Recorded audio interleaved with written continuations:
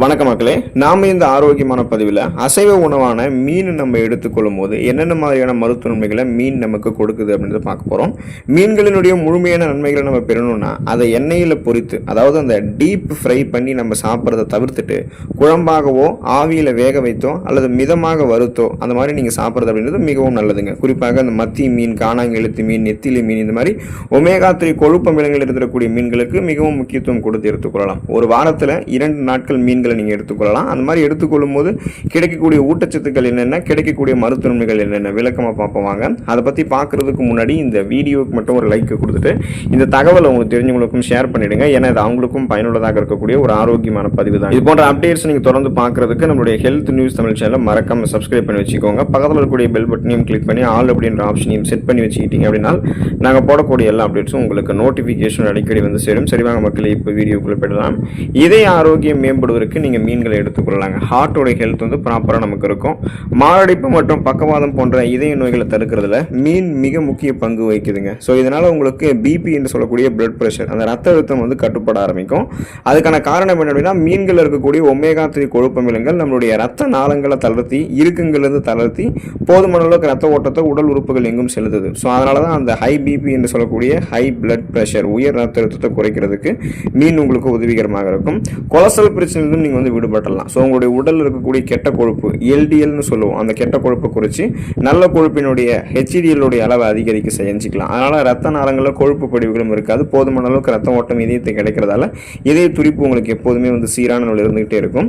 இதயத்தினுடைய செயல்பாடும் சீரான நூல் நடந்து கொண்டே இருக்கும். ஸோ ரத்த உறைவு வந்து நீங்கள் தடுத்துக்கலாம். நீங்கள் அதாவது பார்த்தீங்கன்னா மீன்களை எடுத்துக்கிட்டீங்க அப்படின்னா ரத்த நாளங்களில் ரத்தம் உறைவதை தடுத்து சீரான ரத்த ஓட்டத்திற்கு மீன்கள் உங்களுக்கு வழிவகுக்குங்க.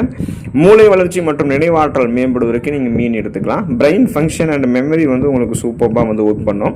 இப்போ நமது மூளையினுடைய செயல்பாட்டிற்கும் நரம்புகளினுடைய ஆரோக்கியத்திற்கும் மீன் வந்து ஒரு சிறந்த உணவாக இருக்குங்க. இதனால் நமக்கு நினைவாற்றல் வந்து அதிகரிக்க ஆரம்பிக்கும்.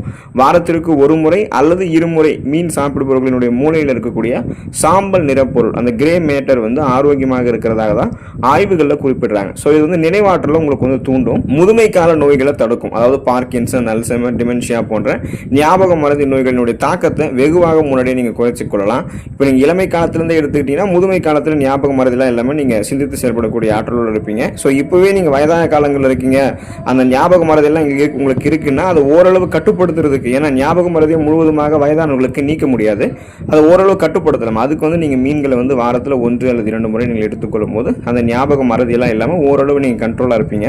கண் பார்வை திறனை அதிகரிக்கிறதுக்கு நம்ம மீன்களை வந்து எடுத்துக்கொள்ளலாங்க. ஹை ஹெல்த் வந்து நமக்கு ப்ராப்பராக இருக்கும். இப்போ வயதாகும் போது ஏற்படக்கூடிய கண் பார்வை மங்குதல் மற்றும் மாலைக்கண் நோய்களை தடுக்கிறதுக்கு மீன் வந்து உதவிகரமாக இருக்குங்க.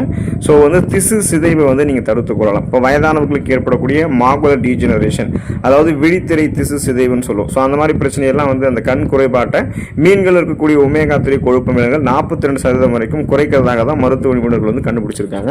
இப்போ கண் பார்வைக்கு வேண்டிய கூர்மையான ஊட்டச்சத்துக்களை, அடிப்படையான ஊட்டச்சத்துக்களை கொடுத்து கண் பார்வை திறனை முன்னாடியே கூர்மைப்படுத்துவதற்கும், கண்கள் சார்ந்த பிரச்சனைகளான எந்த விதமான பிரச்சனையுமே இல்லாமல் கூர்மையான கண் பார்வை பெறுவதற்கும் வராமல் தடுக்கிறதுக்காக தொடர்ந்து நம்ம என்ன பண்ணணும் அப்படின்னா மீன்களை வந்து எடுத்துக்கிறோங்க. மன அழுத்தம் மற்றும் மனச்சோர்வு நீங்குவதற்கு நம்ம மீன்களை எடுத்துக்கலாங்க. மென்டல் ஹெல்த் வந்து நமக்கு ப்ராப்பராக இருக்கும் மீன் நம்ம சாப்பிட்டோம் அப்படின்னா. இப்போ தற்காலத்தில் வந்து பலரையும் பாதிக்கக்கூடிய அந்த மனச்சோர்வு, டிப்ரெஷன் மற்றும் பதட்டத்திற்கு மீன் ஒரு இயற்கை மருந்தாக செயல்படுது அப்படின்னு தெரிஞ்சுக்கோங்க. ஸோ இது வந்து மீன் என்ன பண்ணணும்னா மூளையில் இருக்கக்கூடிய மகிழ்ச்சியை தூண்டக்கூடிய ஹார்மோன்கள், அந்த செரட்டோனின் மற்றும் டோபமைன் போன்ற மன அழுத்தத்தை நீக்கி நம்மளுடைய மனதை ஆரோக்கியப்படுத்தக்கூடிய ஹார்மோன்களை உற்பத்தி செய்யறதுக்கு வேண்டிய ஒமேகா 3 கொழுப்பு அமிலங்களை மீன் கொண்டிருக்கு. இதனால உங்களுடைய மூட் ஸ்விங் எல்லாம் எதுவும் இல்லாமல் உங்களுடைய அந்த மனநிலை, அந்த பார்த்தீங்கன்னா மன அழுத்தமெல்லாம் இல்லாமல் உங்களுடைய மனநிலை சிறப்பாக இருக்கும். மன அழுத்தம் இல்லாமல் சுறுசுறுப்பாக உங்களுடைய வேலைகளை நீங்கள் செய்ய ஆரம்பிப்பீங்க. உற்சாகமாக அன்றைய நாள் முழுவதுமாகவே நீங்கள் செயல்பட ஆரம்பிப்பீங்க. அதுக்கு நீங்கள் மீன்கள் எடுத்துக்கொள்ளணும். விட்டமின் டி மற்றும் விட்டமின் டி சத்தை பெற்று எலும்பு ஆரோக்கியத்தை மேம்படுத்திக்கணும், போன் ஜாயினோடைய ஹெல்த் எல்லாம் ப்ராப்பராக உங்களுக்கு இருக்கணும்னா மீன்களை நீங்கள் எடுத்துக்கலாம்.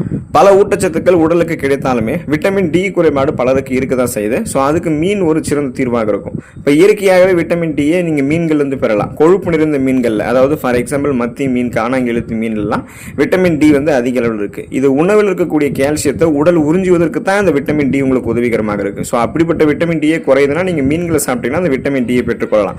விட்டமின் டி கிடைச்சதுன்னா எலும்புகளை பலப்படுத்தக்கூடிய கால்சியம், அப்புறம் பார்த்தீங்கன்னா மெக்னீசியம், இந்த மாதிரி ஊட்டச்சத்துக்கள் உறிஞ்சப்பட்டு எலும்புகள் பலமாக இருக்கும். ஸோ அதனால் உங்களுக்கு எலும்பு தொடர்பான பிரச்சனைகள் அப்படின்றது எதுவுமே இருக்காது. ஃபார் எக்ஸாம்பிள் இந்த மூட்டு வலியிலிருந்தெல்லாம் நீங்கள் நிவாரணம் பெற்றுவிடலாம்.